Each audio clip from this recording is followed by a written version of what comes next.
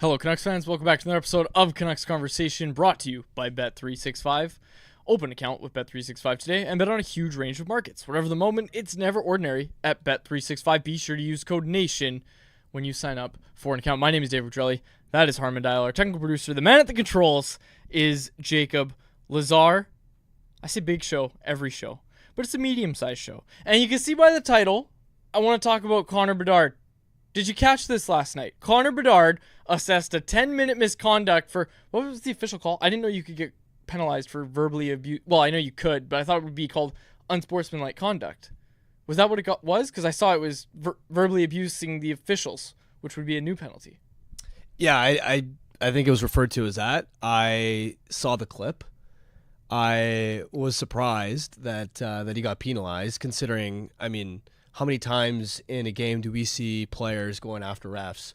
And very rarely is there ever even whether you want to call it an unsportsmanlike 2-minute penalty or misconduct. It's pretty rare to see something like that happen in a game. If that's verbally abusing an official, what is it when Rick Tocchet says that's why you don't work playoff games? Which is arguably the best chirp I've ever heard from a head coach. Was that his actual chirp? The lip readers all said it was. Oh yeah, I didn't even see that. Did you not see it? Well, I saw him barking at the ref, but Yeah. I didn't. Well, he threw slow it down. He threw in an F-bomb. It seemed like. But yeah, it was that's so given. jarring because Tocchet is so notorious for, always, even if the refs are brutal that night. The refs have a hard job. It's always he's his line. smart. He's super smart. He knows knows that he shouldn't flame the refs. And he also points to that he worked with officials when obviously when he coached, when he played, but at TNT, he talks to officials at TNT as well. So yeah, the lip readers caught that from talking. Jacob, you can pull it up. It is pretty clear that that's what he said, and it was really, really funny for him to say that. It was really good. But yeah, again, verbally abusing the officials. Okay, so let's get it back on Bedard. He clearly gets tripped. The officials miss it. He voices some frustration. Not very animated when he did it. Like, he just kind of seemed frustrated. And he yelled back at them, looks back, and kind of gets up and says something. I don't know what he could have said that would be so bad to get 10 minutes. But, like, he's back in the play right after. It's not like he went over, got in the ref's face. He's back in the play and then skates to the bench. And then he's talking to the official at the bench and then gets the penalty while he's sitting down. Yeah, it's for whatever he said on the bench, which, again, didn't seem not very animated, excessive or crazy. Not very animated. So anyways, the reason for the title today, Bring Bedard Home, post-game. Listen to this clip. Full clip, Jacob. Play it. Connor Bedard, post-game, talking about this debacle.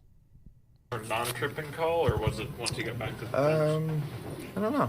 I don't remember. Probably when I got to the bench. I feel like the play was still going on. Did you think what you said was that egregious? No, I didn't think it was too crazy. But obviously I'm not. He's a ref, so he gets to make that call. So you gotta live with it. Were you surprised to be sent to the box?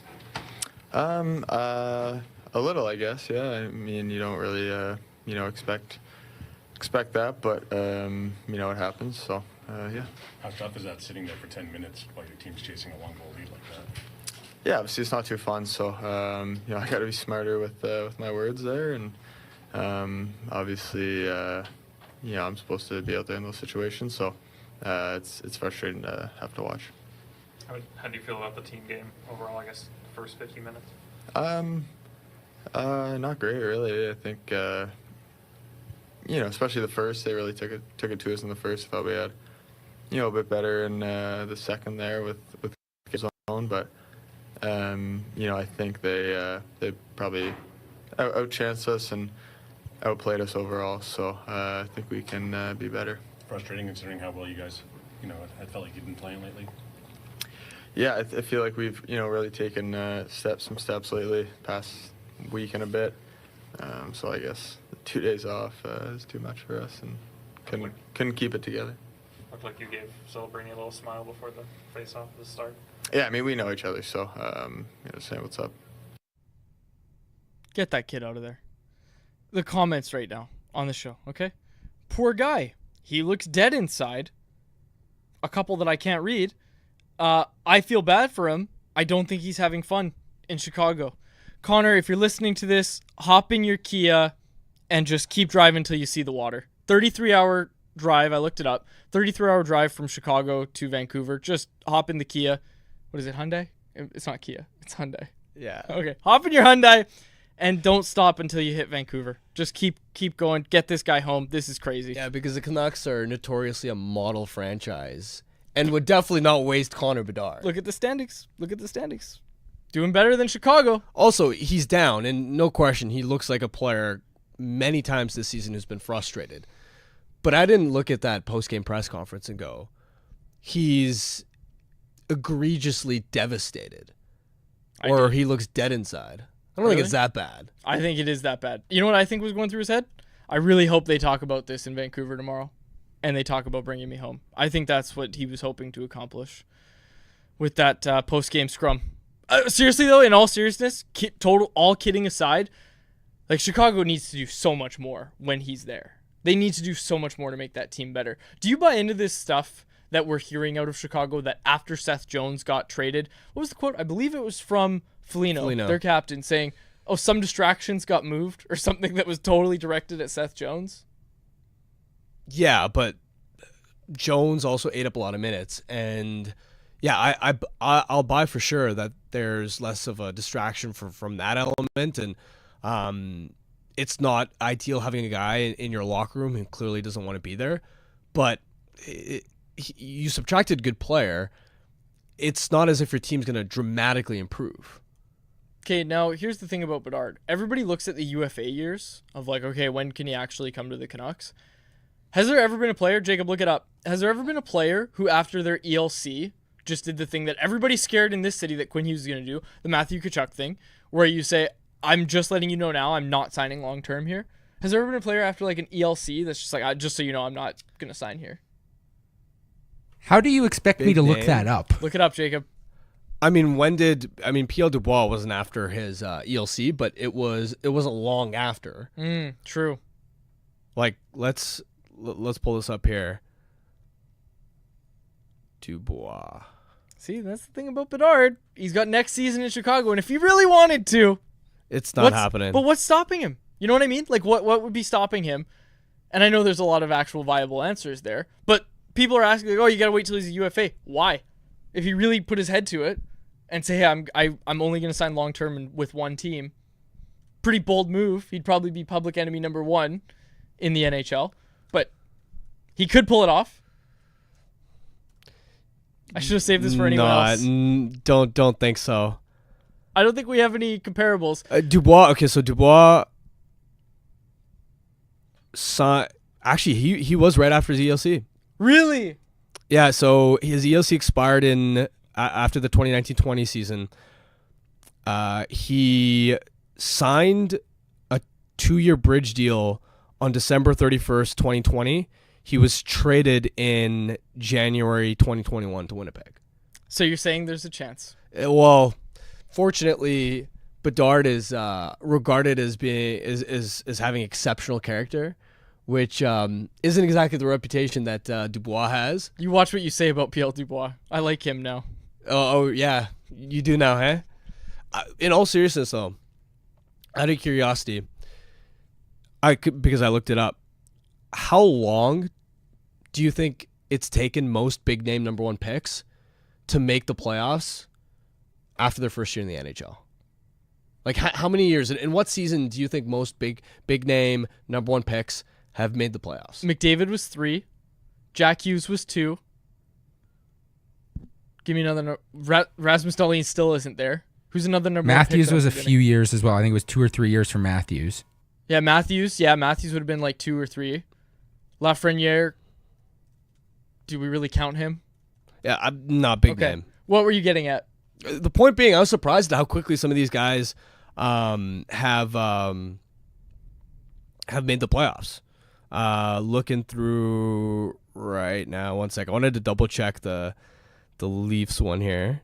Actually, yeah, Matthews might have been earlier. So Matthews was year 1. Yeah, it was year 1. McKinnon was year 1. McDavid was actually year 2. Oh, wow. Jack Hughes was year 4. What? Yeah. Wow, okay. And then Rasmus Dahlin has never made it. But I was surprised at how many year one and year two answers there were. And when you look at why Chicago's been a tire fire relative to some of those other situations, two factors. First, Bedard's the only young guy who's hit there. Mm-hmm. Right? He doesn't have any of like Frank Nazar, Kevin Korchinski, Levshinov. That second wave hasn't been there of young talent. He's kind of stranded on an island. Lucas Reichel, excuse me, who the Hawks had high hopes for. He hasn't hit as a top six forward. Whereas you look at even in San Jose, for example, where they aren't ahead of the Blackhawks, but the vibes are so much better there. William Eklund's already a 60-point guy. Will Smith's playing well lately and is another high-profile rookie alongside Celebrini. McDavid had Draisaitl. Matthews had Marner and Nylander. Jack Hughes had Hischier and Brad. So Bedard's sort of been left on an island where there isn't another blue-chip young player who's already playing at a high level. And then the second factor is no veteran talent because they tore it down to the studs so aggressively, where the Leafs, when they were building things back up around Matthews, Marner, and Nylander, they still had Morgan Riley, Nazem Kadri, JVR, Jake Gardner, Zach Hyman, Freddie Anderson. They still had a really competent supporting cast. And this is where, if you're the Blackhawks, you probably regret, for example, trading away Brandon Hagel for 2 first-round picks. Yep. Those 2 first-round picks are still prospects, whereas imagine Brandon Hagel, how beneficial it would be for Bedard to have Hagel to play with. Letting Dylan Strome walk for nothing, and now they didn't even qualify Strome as an RFA, and now he's a top 6 centerman on one of the best teams in the NHL. Who makes the playoffs first, Matt Celebrini or Connor Bedard? I think the answer is pretty clearly Celebrini. Is it, though? I think so. I think the Sharks have a worse record, juice, but I think the Sharks are going to be better, way better next year than they are this year, and I don't think Chicago takes that step. Who's helping Chicago take that step? Because I can tell you who's going to help in San Jose. Like, who's going to take that step in Chicago other than Bedard? Levshinov, number 2 pick. You're hoping Nazar, Oliver Moore, I know, Korchinski. But again, these are a lot of guys that we're talking about. And who does San Jose have then? San Jose's got Will Smith that's going to take a step with Celebrini. That's what I'm saying is Celebrini, let's not forget, is a year younger than Bedard. This is his first kick at the can, whereas Bedard now has a couple years in the league. I'm not arguing against the idea that San Jose's situation relative to Chicago's is a lot better in the sense of this is Celebrini's first season and the vibes are great out there. But it's always easy in the first year to sort of sell the hope. How do you take that next step? And this is where, as great as the vibes have been out in San Jose, they're still a worse team than Chicago right now. They still have in terms work of their to record. do. They have a lot of work to do. I mean, look at their blue line, man. Traded away Jake Wallman. They've got nothing on the blue line. Yeah.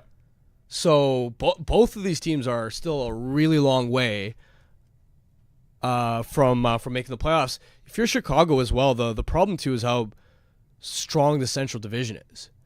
Dallas isn't going anywhere as a contender. Colorado's not going anywhere as a contender. Winnipeg, no clear sign that they're going to fall off some dramatic cliff. Utah's coming. Like, they're a young team on the rise. They're right on the cusp. In my mind, I expect them to be a really good team next season. Minnesota always hangs around as a bubble playoff team. It's going to be hard to climb up the ranks in the Central Division. Might be year 5 by the time Bedard is in a playoff spot, barring some of their prospects really hitting as stars sooner than expected. Or barring Bedard forcing a move to Vancouver. Of course. I want to get to that. I want to talk about that. But let's get on with the show. How did we spend 15 minutes talking about Bedard off the top? I was going to save that for anyone else, but that's not how the cookie crumbled. The chat is bumping early, which makes me want to tell you about our super chats. Our super chats are all in support of the BC Mental Health Foundation. If you want to make sure your question or comment gets on the show, hit us with a super chat in the YouTube live chat. And as I said, all of the proceeds will be donated to the BC Mental Health Foundation. All right, let's go. Canucks weekend series, Harm. The Canucks skated today. There are some updates, and I told people yesterday that we would get to them. Thatcher Demko skated today. That's up now on the Canucks Army YouTube channel. It's also available at CanucksArmy.com. You can go check it out and read and watch Thatcher Demko skating. We got some post-practice comments in there as well. Shout out to Jeff Patterson, who was out at UBC today filming Thatcher Demko going through the motions a little bit and being a part of practice. He did leave early, but that was part of the plan. So Thatcher Demko skates. And the other aspect in all this, Harm, is with back-to-back games, this team isn't going to have many practice days coming up here. So it was really important to me that Demko skated today because he's not going to have many chances. And ideally, before he returns to game action, he's getting about 3 practices in. And if they're not going to practice, those practices get delayed. Even if he's ready to go, he needs to get ready by going into practice. So it was good to see Demko back out on the ice today. We got a super chat from Spatzilli, $6.99 super chat. He said, how much of a super chat is it going to take for you two to hug live? Let's set it at 100. You good with that? Sure. Okay, $100. $100. Hopefully Chester Ming's not in the chat. Yeah, okay. And we got another super chat from Kevin Smeltzer. Thanks for the donation. And then as we go through the practice notes today, Elias Pettersson, who obviously exited, and Connor Zary was suspended 2 games, as we said yesterday. Elias Pettersson skated. He's a full go. He's not going to miss any time. He should be in the lineup tomorrow, according to Talkit. Tyler Myers, who also was banged up recently, is probable for tomorrow. So not quite at full go level like Elias Pettersson, but probable for tomorrow. Some good news for the Canucks blue line. Absolutely, especially now. Now that Quinn's back too, you've got a lot of options. Myers coming back is going to be huge, and I'm curious to see what decisions they're going to make as far as who's the odd man out. And it's nice where you've got a back-to-back XSD options to where you don't have to roll the 6 same defensemen on Saturday that you do on Sunday. If a guy's kind of banged up or could maybe use a night off, you've got the luxury of resting a guy for, let's say, the second leg of that back-to-back. Yep, absolutely. And look at the call-up options. It is pretty thin beyond what they have up at the NHL level right now. Okay, this weekend series, Harm, obviously we've already said every game from here on out is a must-win game for this team, especially if they want to make me look really good and catch up to the LA Kings in the standings and get that 3rd in the Pacific spot. That being said, like, what are you expecting this weekend? Obviously it's Chicago. We talked about Connor Bedard. He's in town. Hopefully for him, not so much for Canucks fans, I guess, but I'm sure he's hoping that his second go-around at Rogers Arena goes better than the first one, because if you remember, it was a 4-1 victory for the Canucks back in November. Bedard had an awful game. He was held to 1 shot, I believe, and then he also turned over the puck that led to the empty netter that ultimately sealed Chicago's fate in that game. Really, really not a good game for Connor Bedard. So hopefully it goes better for him on Saturday. Yeah, if you're the Canucks, over the next week, I think you're smelling blood in the water. I think this is your opportunity to really strike and become the decisive front runner in this playoff race, because I'll be honest, after that loss for the Flames on Wednesday, choking away that 3rd period lead, the circumstances are lining up for them to break down completely over the next week. Mikhail Backlund is out week to week. That's your captain. That's your matchup defensive centerman. You don't have Connor Zary for the next 2 games, and their schedule's really tough coming up. They got Colorado on Friday or today. Then they got next week Toronto, Rangers on the second leg of a back-to-back, the Devils, the Islanders, Kraken, and then Stars, Oilers, Avs. That's a tough schedule for the remainder of this month. They're not going to be able to play Wolf both games early next week, so you have to turn to Dan Vladar. Calgary's record when Vladar's been playing hasn't been very good. Man, that loss might have broken the Calgary Flames. We'll see. But then from the Canucks angle as well, you get Utah on Sunday. If you beat Utah head-to-head, you're killing their playoff hopes to at least some extent as well. That's the kind of mindset you have to have right now if you're the Canucks. This is your opportunity to really put your foot on the gas and pull ahead of the competition. And we didn't even talk about that heading into the game when we talked about the importance of that game, because obviously Calgary still has a game in hand, but You just said it. Like, it may have broken the Flames. It may have ended the Flames season in a sense. Well, also, the Flames have been much better at home than they have been on the road. They got 4 road games next week. They've struggled playing away from Calgary. Good teams, too. Man, I really think the next week could break the Flames. They got a game tonight against the Avalanche. We'll see how they fare in that one. And then a prime Monday night hockey game as well on Monday, so you can get a good look at the Flames in that game. We got another super chat here. This one from Web.3, who said Quads couldn't find an ass hat, so he wore the Bogey Juice hat, which is our friends over at Sakaris and Price. They have a sponsor, Resurrection Spirits. Matt gave me a hat today. Matt Sakaris. Good old Matt Sakaris gave me a hat, so I got a new hat today. I'm liking it. I like the donations that are rolling in. This is actually nice. We got some activity early in the super chats. Now, we talked about the Chicago game. We talked about the Flames. We've talked about the Canucks. The Utah Hockey Club, in it or out of it when it comes to the wild card race in the West? They're still in it. Okay.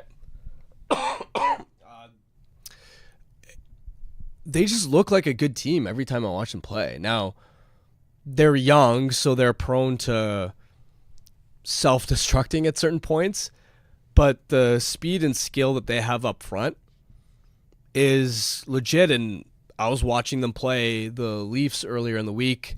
They lost that game in either I think it was shootout actually. But they outplayed the Leafs. They've consistently been outchancing teams. For whatever reason, they just can't break through. And to me, they're a much more talented team than the Flames, and especially the Canucks just can't lose that game on Sunday and give Utah a sniff at climbing back into this race. You talk about ending a team season. Like, Sunday could end Utah's season. Yeah.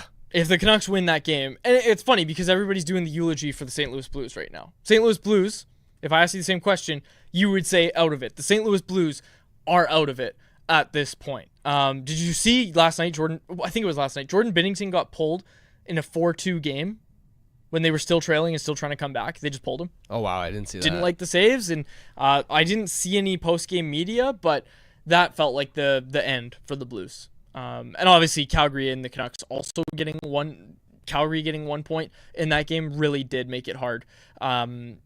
Did really make it hard for St. Louis to climb back into this race. But it does feel like they're out of it, and this is how close the margins are, right? That we're talking about Utah potentially being out of it as well. You've got their schedule open. What's Utah's schedule down the stretch here?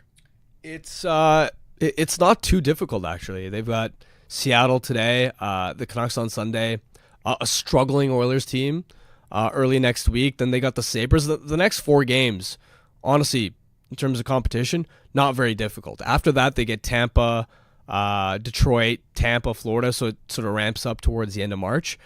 But the next 4 games, including the Canucks one, they're all beatable teams. Ed said this: Utah has been behind the 8 ball all year with the injuries to Jersey and Marino to start the year. They're going to be better next year. I said it at the deadline, and maybe it was a little premature at the deadline. Utah looks like a team to me that is going to do something in free agency. Like, they're going to be so much better next season. Yeah, I'd be shocked if they miss the playoffs next season. And again, we talk about that Central Division. Like, Utah's going to only get better. So it's going to be interesting to see what kind of step they take in the offseason. But yes, doesn't look like this is their year. Okay.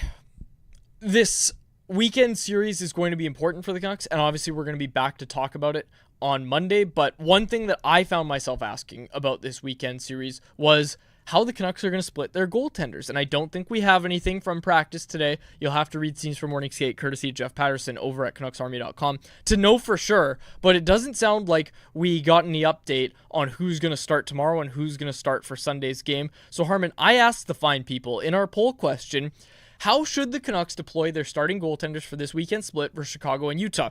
I gave 4 options. Lankinen, then Seelovs, then Lankinen both games, and then Tolopilo followed by Lankinen. I threw that one in for myself. Everybody agreed, almost everybody, this is a wide majority here, says it should be Shilovs against Chicago on Saturday, followed by Lankinen against Utah on Sunday. Given the fact that Lankinen played those back-to-back games, you have to do that. Yeah, you have to go Shilovs tomorrow, followed by Lankinen. Second place with 22% of the vote. People said Lankinen both games. I don't think the Canucks can afford to do that. You can't afford to jeopardize Lankinen's health this late into the season. You can't. Yeah, it'd be 5 games in 8 days for Lankinen, can't which is too much. And back-to-backs, 2 back-to-backs. You can't do that. Can't do it. I think the poll question, the people got this one right. I believe it's going to be Shilovs, also, then Lankinen. Shilov's only win of the season against the Chicago Blackhawks. Oh, nice. I forgot about that. Yeah, there you go. I still do want them to get a look at Tolopilo, though. I will say that. Come on. You can't do that. Why can't you do that? Because he's never played in the NHL before. So what? Shilovs looks like he the hasn't either. The chaos is better than the chaos you don't. I guess that's true to some extent. I do really like Nikita Tolopilo, though. And they need to get a look at him. They need to get a look at him at some point. There's going to be opportunities. Tomorrow could be one, but it doesn't look like he's they're going to beat Chicago. Yeah, that's fair. I just actually got aren't very good.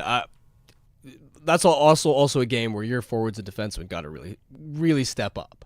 Like having Shilovs in that shouldn't matter. You should still comfortably take care of Chicago. You have to. This is their last back-to-back of the season, by the way. Did you notice that? No, I did not. I did. I did just find that sorry to interrupt, guys. I do have an update from JPat. He just texted me saying that the staff was going to meet this afternoon to inform the goalies, but he does not think it was fair to ask Lankinen to play 3 and 4 with Winnipeg on Tuesday, so it seems like it won't be Lankinen for both games. Yeah. Is Jeff watching the show? I would assume so. Love it.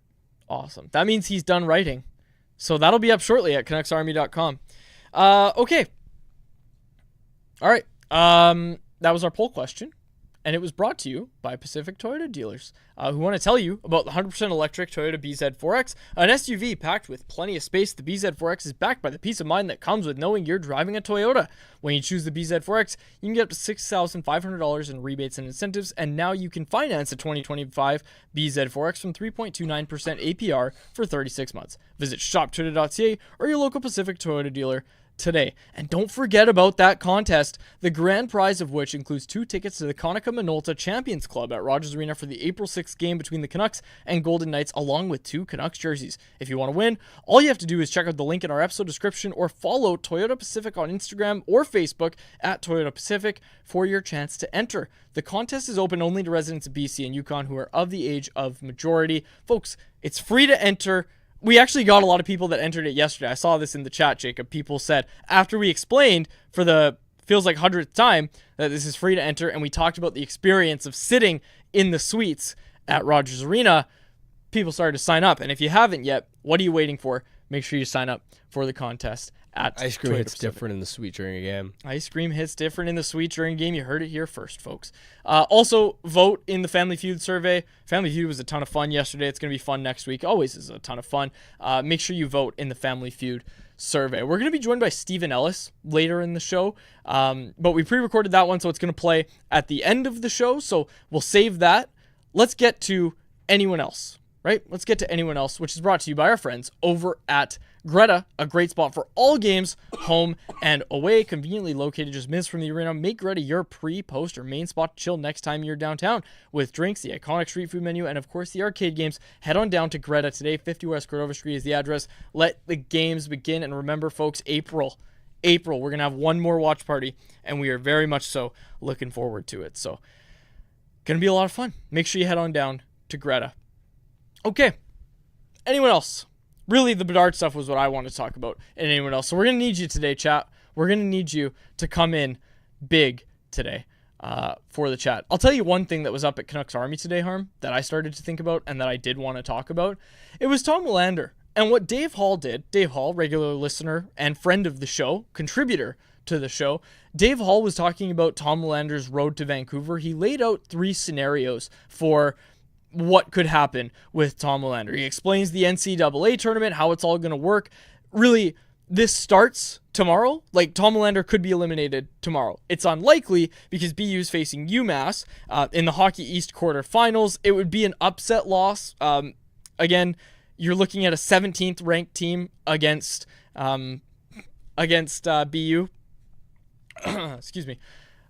Upset loss against BU, and that would be a shock, but it could happen as soon as tomorrow. So if that happens, you want him to win. You're rooting for Tom Willander. He'd be obviously pretty upset if he lost that game, but if that happens, they'd be able to get Tom Willander out of there. But then again, we go over it. There's regional round loss. There's different things that can happen. It basically can be as late as mid-April is what it could be for Tom Willander. It could be tomorrow. It could be late April, but we're going to be watching for it over at CanucksArmy.com and on this show as well.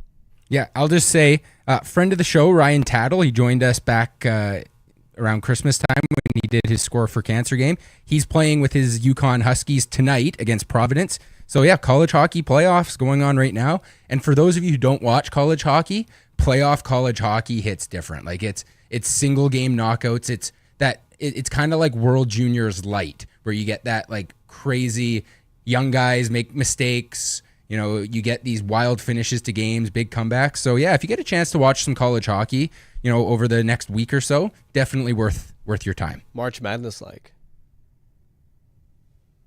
I've never watched a March Madness game in my life. Are you kidding me? No. Never. You know I'm not a big basketball guy. I'm not either. But well, I'm even less of a college never basketball won? guy. No. You know what I did watch? Caitlin Clark. I watched that. That was on in the suite, actually, when I watched the Vancouver Warriors game. Yeah, I was there with you. Oh, yeah, you were with You me. didn't put that on. That would just I didn't say I put it on. I said I watched. I had the Warriors game as well. That's the most college wasn't basketball. that thrilling? Yeah, that was the most college basketball I've ever watched, though. Yeah, you should try watching March Madness. Maybe I'll do it. Okay, this is what I don't get. I say this to somebody who doesn't watch a lot of March Madness. I'll watch a game here or there. It's exciting. Early round March Madness is great. Why? It's so good. Because like you get these random schools you've never heard of beating like, you know, UNC or Duke in the first round and everyone goes crazy. You get this school from some tiny town in like the middle of nowhere in Indiana beating like a Goliath. It's so good. All right, maybe I would like it. Just toss it on in the background. I might. I've seen highlights, but yeah. Back to Willander. This one from Komsomolski in the chat said, should the Canucks burn an ELC year on Willander? In the long run, it seems more worthwhile to keep him on the cheaper contract for an extra year instead of playing him for a few games at the end of this season. This is something we're going to talk about with Steven in a few minutes. Steven thinks Willander should start in the AHL. He talks about even next season getting him some time in the AHL. I've made it clear I think Tom Willander could play on this team right now. I think he can kill penalties for this team. I think he's a better option at 5-on-5 than what they currently have. What I will say is, like, if Victor Mancini plays like he did in that last game, it really makes it so you can honestly point to it and say, yeah, Tom, we love you, but you're not going to get any minutes at the NHL level because we're trying to win games down a playoff stretch, and we've got this guy in Mancini who's playing fantastic hockey for us right now, and you're just going to go get some time in Abbotsford. Obviously, and it's no secret, obviously the player is going to want to get that year burned off his contract. For those that don't know how it works, like when Quinn Hughes signed, he immediately played NHL games. It burns a year off your ELC. It burns the full season, and then instead of a 3-year ELC, it still is 3 years, but you only have to play 2 full seasons after that before you're ready for your contract. Some teams don't mind that because the flip side of the coin is the player has less of a chance of breaking out by the end of their ELC. So the second contract could be cheaper to sign. Oh, that's, yeah. So sure, like you if you're the player, you reach the end of your ELC faster, but there's a chance that you haven't broken out as a top 6 forward or a truly high-end top 4 defenseman. So when you're negotiating your second contract, the team potentially has an opportunity to sign you for a long-term discount. There you go. There's a silver lining because there's immediately people in the chat saying, don't burn it. Team needs it. Team needs that extra year from him. That's an interesting way to look at it. Honestly, I've never thought of that. Burning the first year of the I wouldn't either. If you think he's ready, play him. Like, play him in the NHL. And I think he is ready. But I did just say it as well. If Victor Mancini keeps this up, and I know it's only been a couple games, but where is Willander going to play in the lineup, right? There's not really much of a spot. That being said, you do need depth. And how does it work? If they don't know. He can't play in the playoffs if they don't sign him. Well, no, he would be signed. How does it work? Playoff eligibility. I think You don't need to play a regular season game. Huh? You don't need to play a regular season game. As long as they sign him, he can play in the playoffs. McAvoy. Would it burn the year on the ELC if he plays playoff games? The guy to check would be Cale Makar, because that's what Makar did. He signed, didn't play a regular season, and played playoff games for Colorado. So if you check if it burned a year for him, then that would answer your question. I can take a look. So played in the 2019 playoffs. Pulling up right now. Makar on Puckpedia. Although, like, is Tom Willander going to play playoff games for the Canucks? Like, if everyone's healthy, I'd be surprised. That's exactly what I'm saying. Is Mancini's proving to be a really good option. Yeah, it burned a year. It does burn a year. Yeah. Okay. We'll see. But that's the timeline. It could be basically from tomorrow until mid-April is the latest. We'll be keeping an eye on it. It'll be our Willander tracker over at CanucksArmy.com. Okay, is there anything else in the chat? There was a super chat. One from Spatzilly in our private chat. Didn't I already read it? No, there was another one. Oh, is it a super chat? Oh, okay. This one from Spatzilly with another super chat. He said, do you ever think the neurotic, depressed, gloomy vibe of Vancouver permeates into the team and plays a role in their success or lack thereof? I will say this. We were just talking, like you and I went to lunch right before this, and we were just talking about how we notice like the city and the fans get more excited about the team when there's good weather outside. Like last year in the playoffs, if it was rainy, we would notice less viewers on the show. If it was a really sunny day, we'd notice more people tuning in and being like, yeah, I went out to this bar, I did this, I did that before the game, and then I went to the game, and then I did this, and then I watched the game, and it was super fun. Yeah, if it's raining, absolutely. I think that's a fine theory. I mean, speaking for myself, not related to the Canucks specifically, but when it's raining outside, I don't want to do anything. Yeah. Other than just like go to the gym or do indoor activities. Whereas when it's sunny, this is the perfect city to go outside, explore, do things. So, I mean, it affects Vancouverites. Does it affect the players on this team?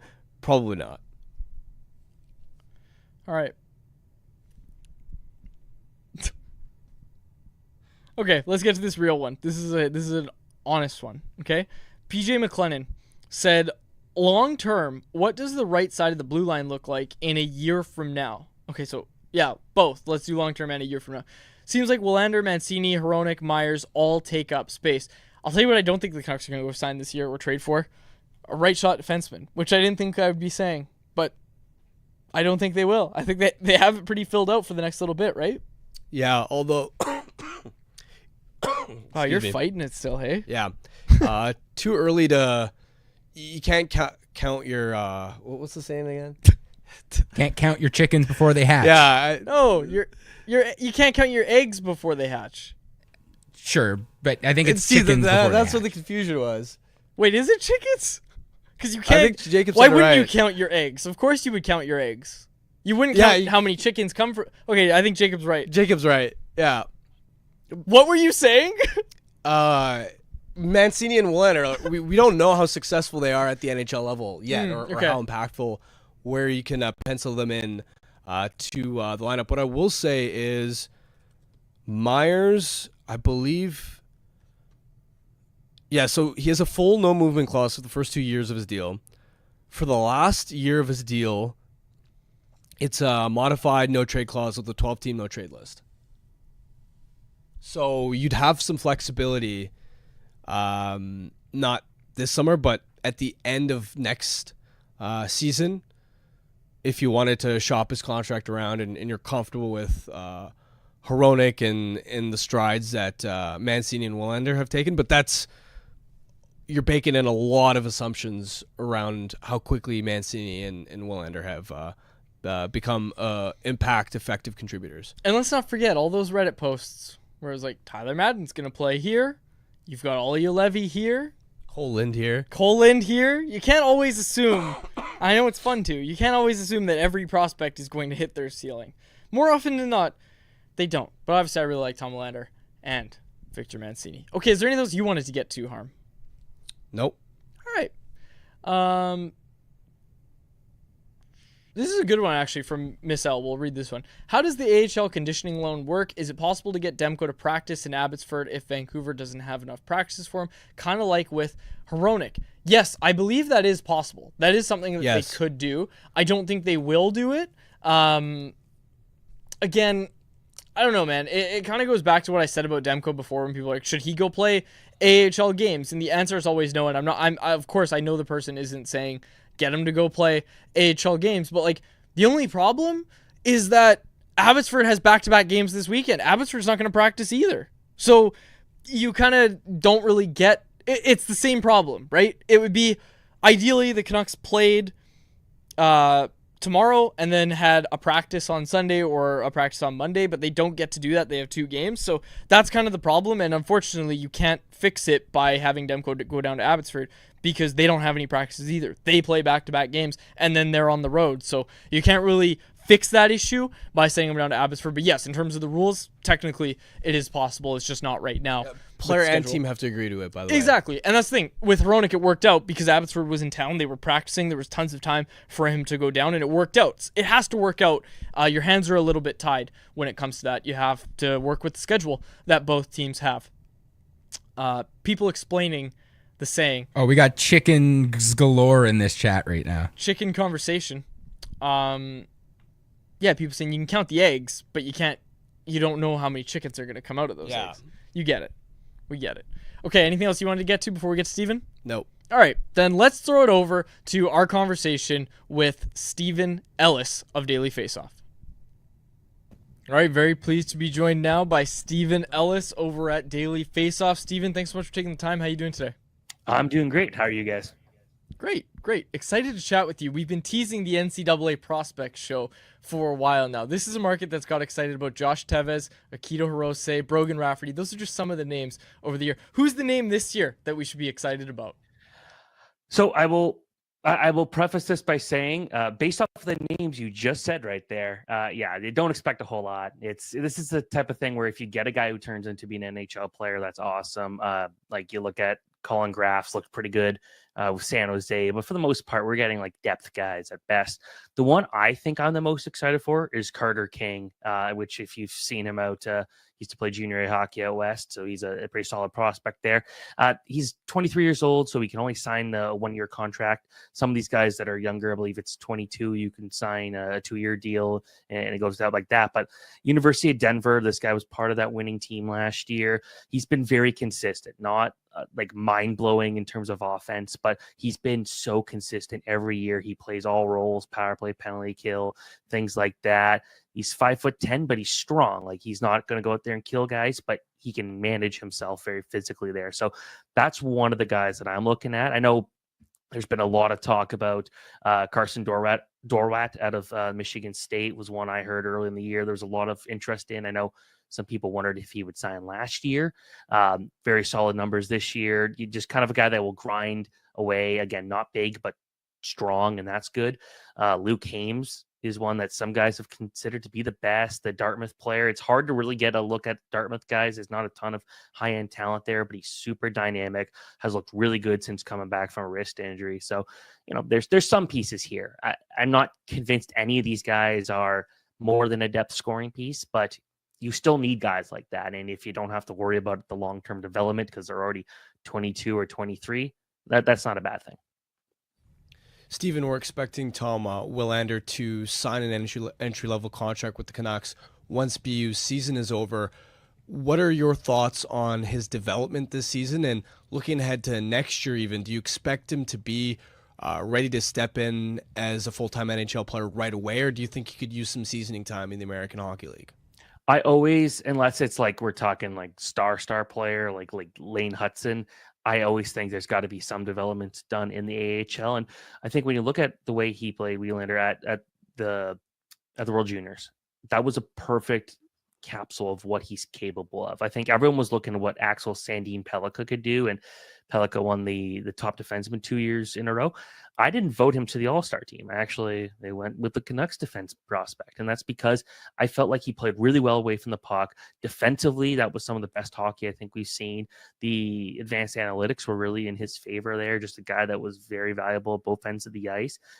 So I think for me, it's still the decision-making at times that I want to see carved out a little bit. I remember watching him play with the Swedish U18 team a couple years ago, and there was no player on that team that wanted to rush the puck more than he did.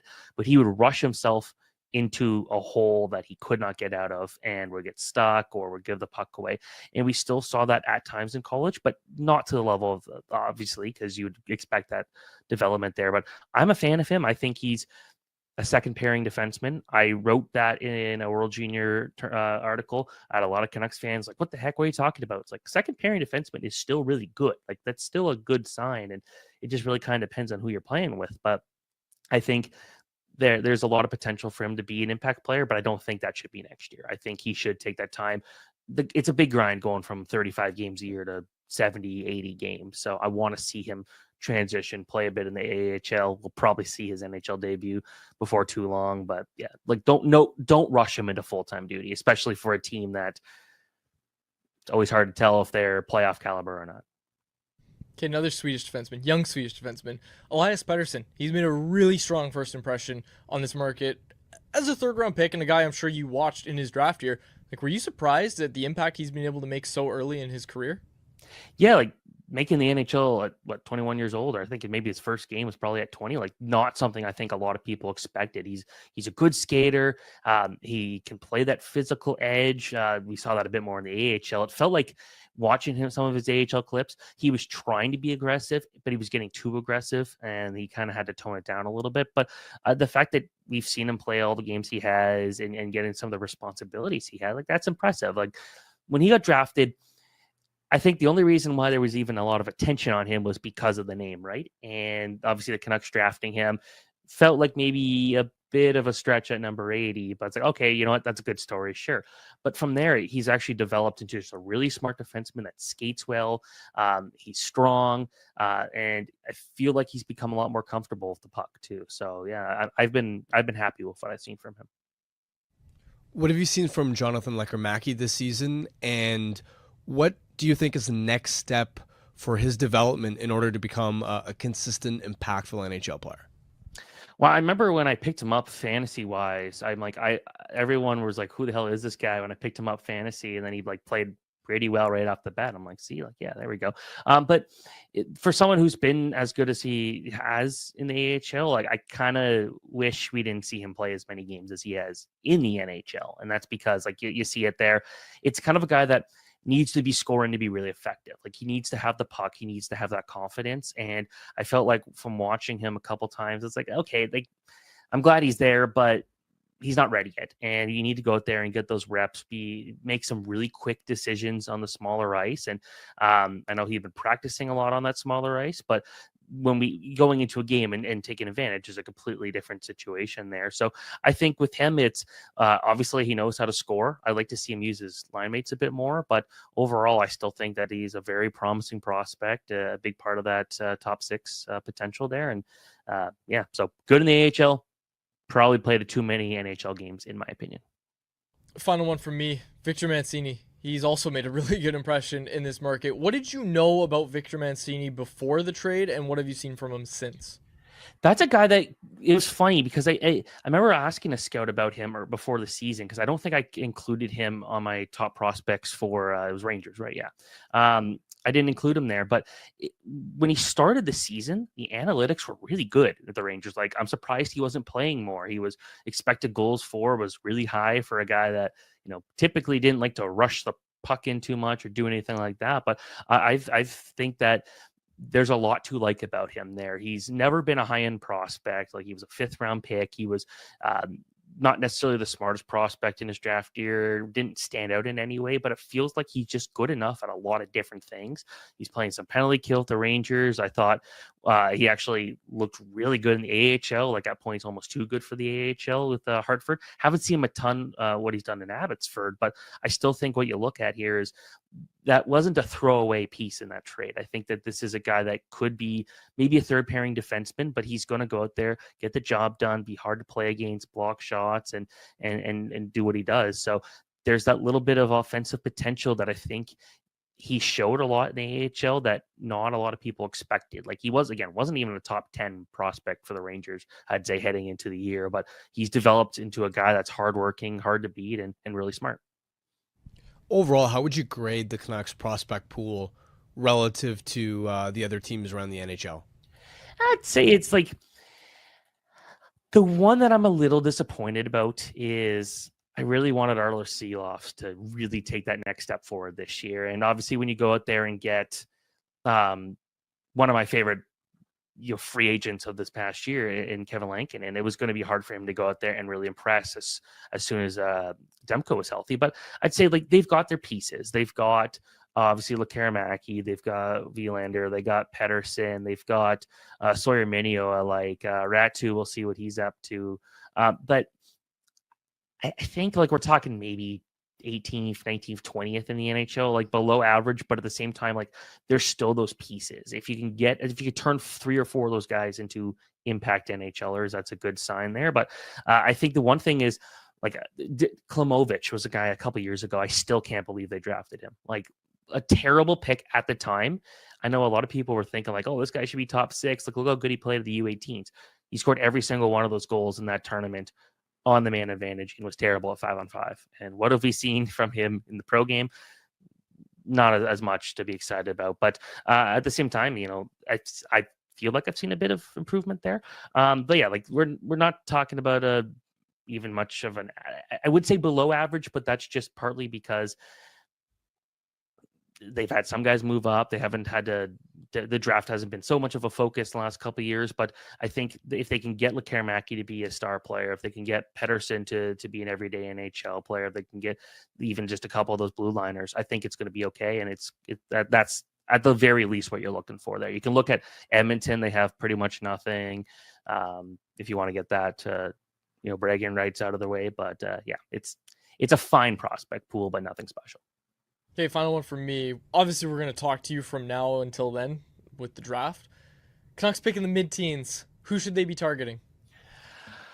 Oh, well, see, the good news is I did do a mock draft recently. So that would be one to kind of keep an eye on there. But this is not a very super high-end draft. We're talking like, I know some people have kind of written this off as being maybe a bit weaker than average. And I'd say that's not completely correct because there is some good value. But if you're going out there, and I had Malcolm Spence at number 16 when I did the mock draft. Malcolm Spence is a lot of fun to watch. He used to be Michael Misa's line mate, Misa being the top goal scorer in this draft. He used to be Misa's line mate growing up, playing minor hockey. And a lot of times Spence was the one making things happen. He's very physical. He wants to get in your face, but he can also be a point per game player in the OHL. And I think that's a guy who's maybe not a top line player, but he's got that edge that you can throw him in so many different situations. And that's good. You can look at Blake Fiddler, defenseman, obviously Vern Fiddler's son. He's got the size, having a very good year in the OHL. He's 6'4", unlike his dad was like 5'10" or something like that. Not a super physical defenseman, but he gets in the way, and that's what you're looking for. I'd be really interested to see if Brady Martin is still available. So Brady Martin might be one of my favorite prospects in this draft, and that's because you look at his numbers, he recently passed the point per game mark, but he might be the hardest working player in this draft. He wants to win every single puck battle.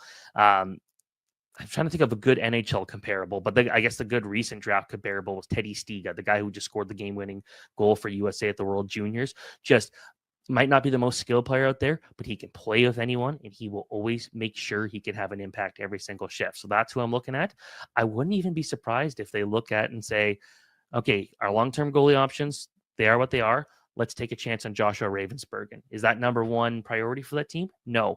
But Joshua Ravensbergen is a 6'5" goalie out of Prince George, who is the undisputed number one goalie prospect in this draft because he's got a great hockey mind, great size, great positioning. You can really rely on him. So it'll be interesting. So there's a couple of options at every spot. Not a high-end draft, but right now I don't see them having a reason to trade that pick. Just keep it and see what you get. Ty Young and Ravensburg. I love it. Steven, thanks so much for taking the time to do this. We really appreciate it, and we'll chat with you soon. Thanks so much. There he is, Steven Ellis. You can read his work over at dailyfaceoff.com. Lots of really good stuff from Steven, including that mock draft that he mentioned. We should have mentioned that as well. He just put that out very, very recently. All right, good stuff. You ready for our Bet365 bet of the day? Get out of here? Yeah, let's do it. All right, let's do it. Let's get to our Bet365 bet of the day. Jacob, what did I take yesterday? Wasn't it Devils over the Oilers? That is correct, yes. And what happened? I don't know. The Devils won. Okay. So we're on a bit of a heater. What do we like tonight? Do you like the Flames against the Avalanche? They're heavy, heavy underdogs. But we're not betting on the Flames for now, right? Because the bit was funny at the start of the year. Not so much anymore. We're not betting on the Flames. For the foreseeable future, we won't be betting on the Flames. But I do like the Seattle Kraken to beat the Utah Hockey Club. Now, the Kraken are the underdogs. They are at home. And I like this one. I'm taking it plus 125 Seattle Kraken money line against the Utah Hockey Club. That's what we're taking today for our Bet365 bet of the day, brought to you by, you guessed it, Bet365, a proud partner of Canucks Conversation. Open an account with Bet365 today and bet on a huge range of markets. Whatever the moment, it's never ordinary at Bet365. Be sure to use code NATION when you sign up for an account. It must be 19 plus to play. If you choose to play, please play responsibly. All right, we'll wrap it up there. We'll be back on Monday. 2 Canucks games this weekend, so we'll have lots to talk about on Monday. For my co-host Harmon Dial and our technical producer Jacob Lazar, our thanks again to Steven Ellis for joining us on today's show. My name is Dave Guidrelli. Thanks so much for this episode of Canucks Conversation. Canucks Conversation is live Monday through Friday, every weekday at 2 p.m. over on the Canucks Army YouTube channel. Make sure you like, subscribe, and interact in the YouTube live chat every day with us, folks.